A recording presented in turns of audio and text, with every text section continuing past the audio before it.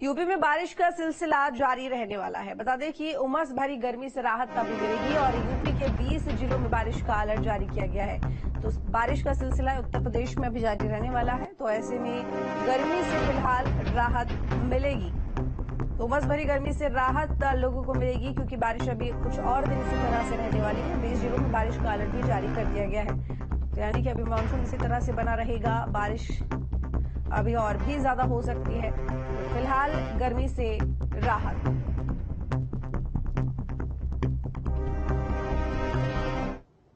तो खबर पर ज्यादा जानकारी के लिए देहरादून से धनराज हमारे साथ में जुड़े हुए हैं, गोरखपुर से विनय हमारे साथ में जुड़े हुए हैं। धनराज, सबसे पहले बात अगर उत्तराखंड की करें तो उत्तराखंड में हर तरफ क्या तस्वीर देखने को मिल रही है, ये हम लगातार खबरें जनता तक पहुंचा रहे हैं। लेकिन भारी बारिश, भूस्खलन की स्थिति से जनजीवन पूरी तरह से अस्त व्यस्त है। अभी कितने दिन इसी तरह से बारिश और रहने वाली है, क्योंकि लोग अब वाकई में परेशान हो चुके हैं।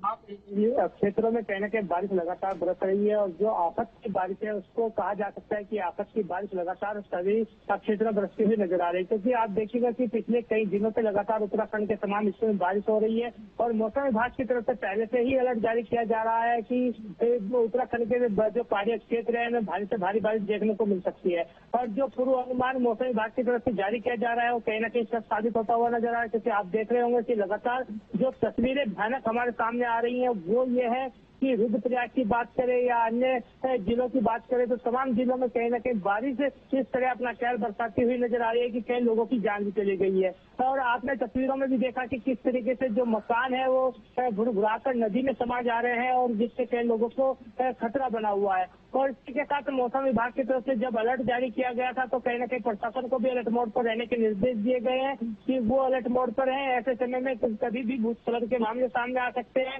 नदी नाले उफान पे हैं, तो कभी भी बाढ़ के संभावना बनी हुई है। और लगातार हम देख रहे हैं कि जो गंगा का जलस्तर है वो भी बढ़ता हुआ नजर आ रहा है, यमुना जी का जलस्तर भी बढ़ता हुआ नजर आ रहा है। हालांकि प्रशासन लगातार अलर्ट मोड पर जरूर है और तमाम लोगों से अपील भी कर रहा है कि ऐसे मौसम में वो नदी नालों के पास न जाए ताकि कोई हादसा न हो। और आप अभी भी देख सकते हैं कि अभी भी राजधानी देहरादून की यदि मैं बात करूं तो राजधानी देहरादून में अभी भी जमकर बारिश हो रही है और कहीं न कहीं लोगों को खतरा मंडराता हुआ नजर आ रहा है। क्योंकि लोगों के घरों में पानी तक भर जा रहा है और तमाम जो उनका सामान है वो कहीं न कहीं खराब हो रहा है।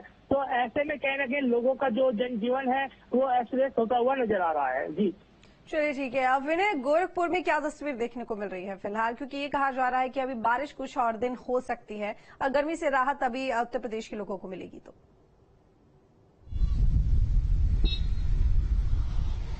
देखिए, गोरखपुर की बात करें तो कई दिनों से बारिश तो नहीं हुई है, लेकिन जो हालात हैं गोरखपुर के हम आपको दिखाना चाहेंगे तस्वीरों के माध्यम से। देखिए, ये हितकौली गांव है, ग्रामीण क्षेत्र है और पूरी तरह से जलमग्न हो चुका है। जो फसलें थी पूरी तरह से वो जो है जलमग्न हो गई हैं। जो रास्ते थे जो मुख्य सड़क पे जाने के लिए वो भी पूरी तरह से जलमग्न हो गए हैं। तो जो 1000 से ज्यादा इस गांव में घरें हैं जो पूरी तरह से जो है गांव बाढ़ से प्रभावित हैं और लगातार प्रशासन की तरफ से बाढ़ राहत सामग्री यहाँ भेजा जा रहा है। और बताया जा रहा है मौसम विभाग की तरफ से कि अगले 4-5 दिनों तक भारी बारिश हो सकती है। लेकिन नेपाल देश में जिस तरह से पहाड़ों पे बारिश हो रही है, लगातार नेपाल देश से जो पानी छोड़े जा रहे हैं, उन पानी के कारण जो है यहाँ की जो नदियां हैं वो अभी भी उफान पे हैं। राप्ती नदी की बात करें तो जरूर उसमें कमी आई है, लेकिन सरयू नदी अभी भी उफान पे है। इसके साथ ही रोहिणी नदी जो है वो भी उफान पे है।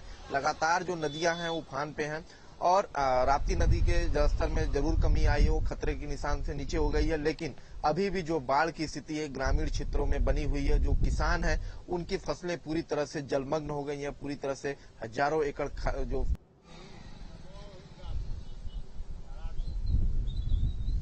प्रशासन को अलर्ट मोड पर रखा जाता है। प्रशासन ही नहीं बल्कि जो आपदा प्रबंधन की टीम है, एनडीआरएफ की टीम है, एसडीआरएफ की टीम है, सभी टीमों को कहीं न कहीं अलर्ट मोड पर रहने के निर्देश दिए जाते हैं। और लगातार वो देखा भी जाता है कि जो टीमें हैं वो लगातार कहीं न कहीं अलर्ट मोड पर रहती है। क्योंकि जो प्राकृतिक आपदाएं हैं उनको रोका नहीं जा सकता, लेकिन उनको कम जरूर किया जा सकता है। और उसी का परिणाम रहता है कि जो पहले से ही अलर्ट मोड पर रहती है उसके चलते कहीं न कहीं जो हादसे हैं उनको रोकने में कहीं न कहीं प्रशासन कामयाब होता है। क्योंकि तमाम हम देखते हैं कि उत्तराखंड के पहाड़ी क्षेत्र है, भूस्खलन के मामले सबसे अधिक होते हैं और ऐसे में कहीं न कहीं कई लोगों की जान भी चली जाती है और उनको बचाने के लिए लगातार प्रशासन की टीमें वहाँ पर मौजूद रहती हैं और तमाम लोगों को बचाने की कोशिश भी करती है। क्योंकि आपने देखा होगा कि रुद्रप्रयाग के अंदर भी अभी जो तीर्थ यात्री थे वो फंस गए थे और उनको हेलीपैड, अस्थायी हेलीपैड बनाकर उनको निकाला गया था, यानी कि 68 से भी अधिक जो तीर्थ यात्री थे उनको सुरक्षित बचा लिया गया था। तो इसी तरीके से देखेगा कि उसी का परिणाम रहता है कि जो अलर्ट मोड पर प्रशासन रहता है